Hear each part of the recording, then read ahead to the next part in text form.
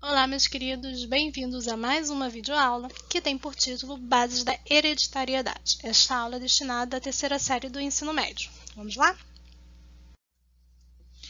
Qual é o objetivo dessa aula? Que você recorde alguns conceitos importantes, por exemplo, meiose, e como as características são passadas de pais para filhos.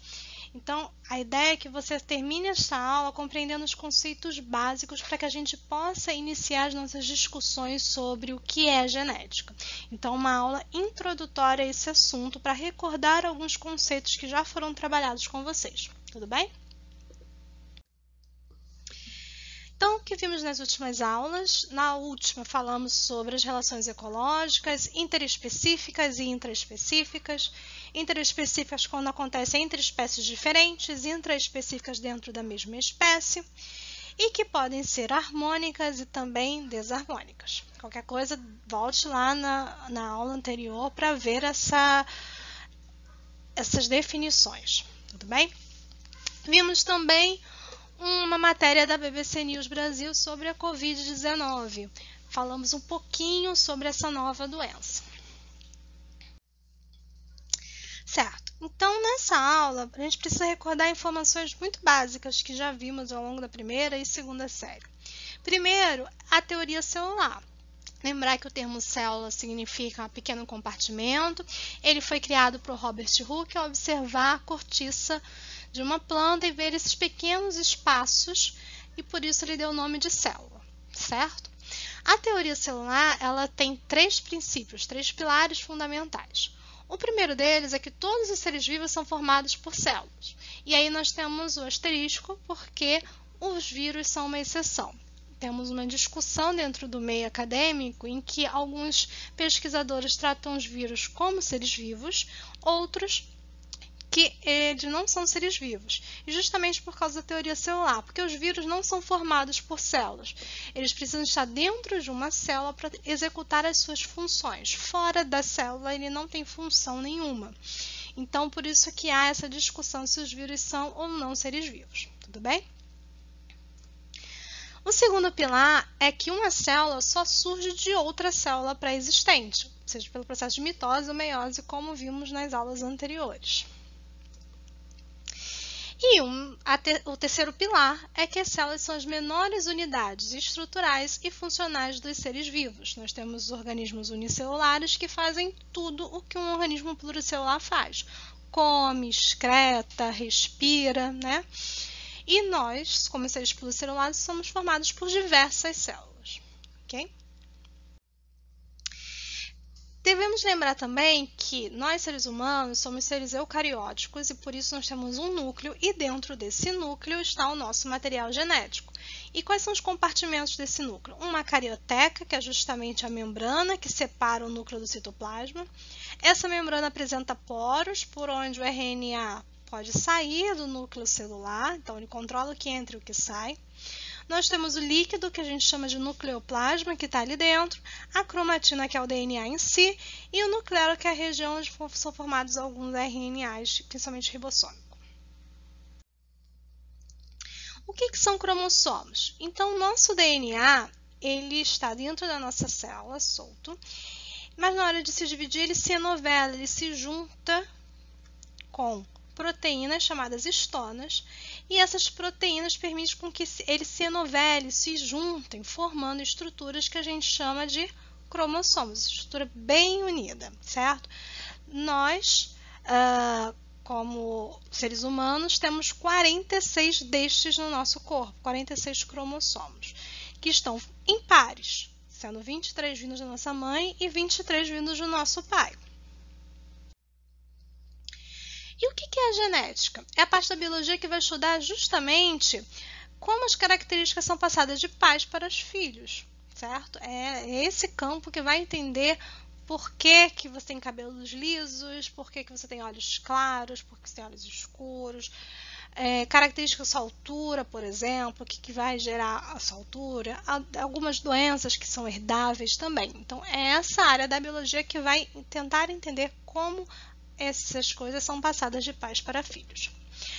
E isso só foi possível depois que nós compreendemos o papel dos gametas, ou seja, do ovócito secundário nas mulheres, ou mais conhecido como óvulo, e dos espermatozoides nos homens, certo? Então, só depois que a gente entendeu esse aspecto, a gente conseguiu entrar na área da genética, entender como acontece a herdabilidade de cada uma das nossas características.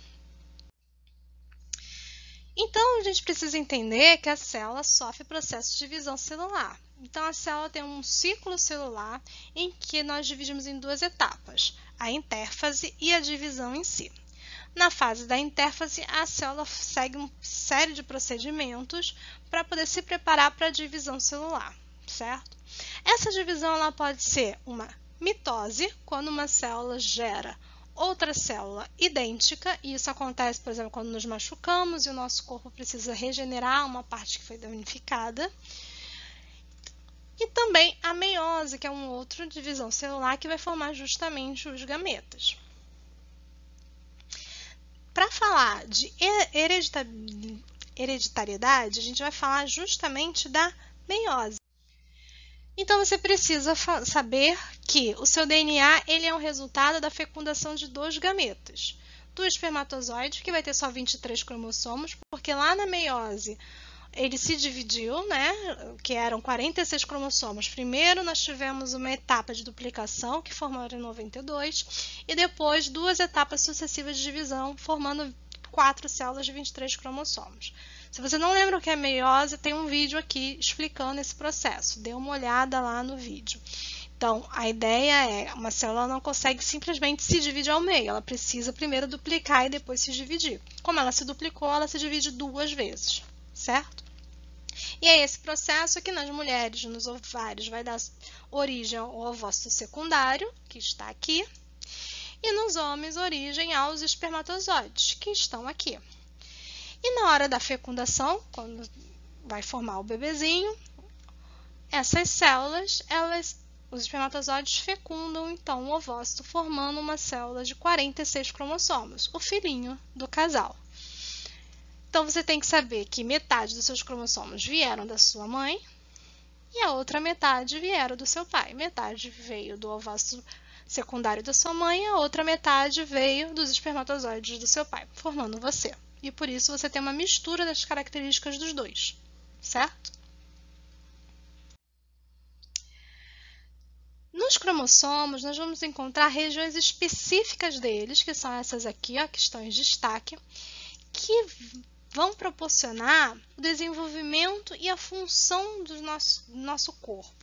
Essas regiões têm instruções específicas que vão passar pelo processo que a gente também aprendeu lá na primeira série de transcrição e tradução. Lembra?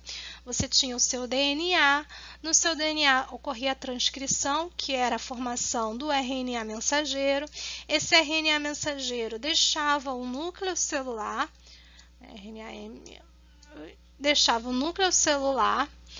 e chegava no citoplasma, encontrava os ribossomos, ok? Esse RNA mensageiro era lido e juntamente com o RNA transportador iam trazendo aminoácidos. Esses aminoácidos, de acordo com a sequência do RNA mensageiro aqui, eles iam sendo adicionados, formando as proteínas, que elas sim é que farão os trabalhos no nosso corpo, certo? Então, os genes são os locais, são partes do seu DNA que trazem informações completas para formar proteínas através do processo de transcrição e tradução, que a gente chama de expressão gênica.